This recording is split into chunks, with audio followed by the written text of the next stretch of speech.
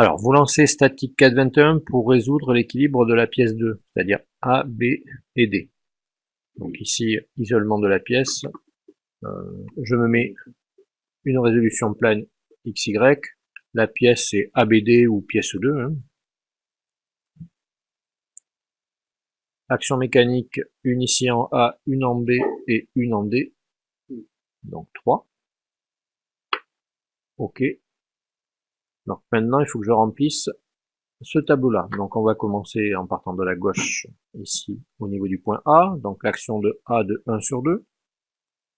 A1 sur 2, qui se fait au point A. Les coordonnées du point A, 0, 0, hein, c'est celle qu'on a listée ici. Maintenant, c'est une liaison de pivot. Comme inconnu, je vais avoir X. Attention, X s'affiche pas. C'est que quand je vais venir sur la case Y et que je vais cliquer, qu'on verra apparaître XA. Je tape Y, même problème. Il faut que je vienne ici pour que YA apparaisse. Donc 0.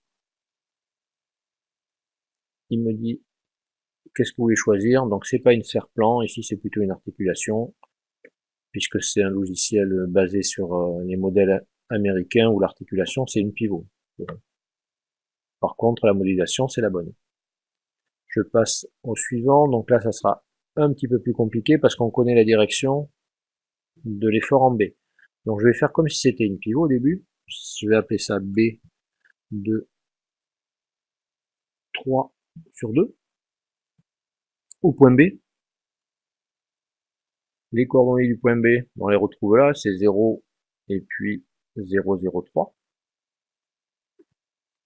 Alors 0, 3 et 0, 0, 3.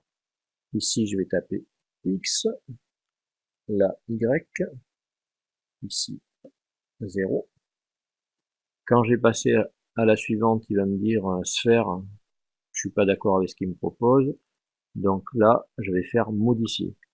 Et ici, je vais choisir quoi? Je vais choisir une articulation, mais je connais la direction.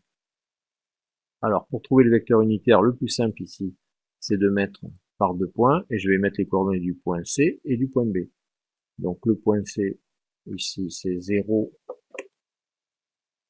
0,17. Ici, en B, 0,3 et 0,03.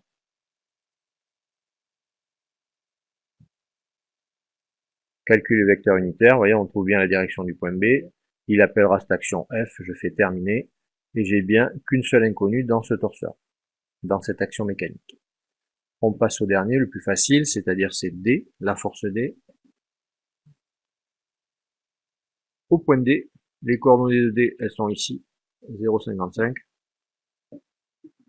0. Ici, la force 0 en X, moins 180 en Y, vers le bas, et 0, il n'y a pas de moment. Je fais terminer. Si je voulais changer quelque chose, je reclique sur les hyperliens et je peux changer que celui qui m'intéresse.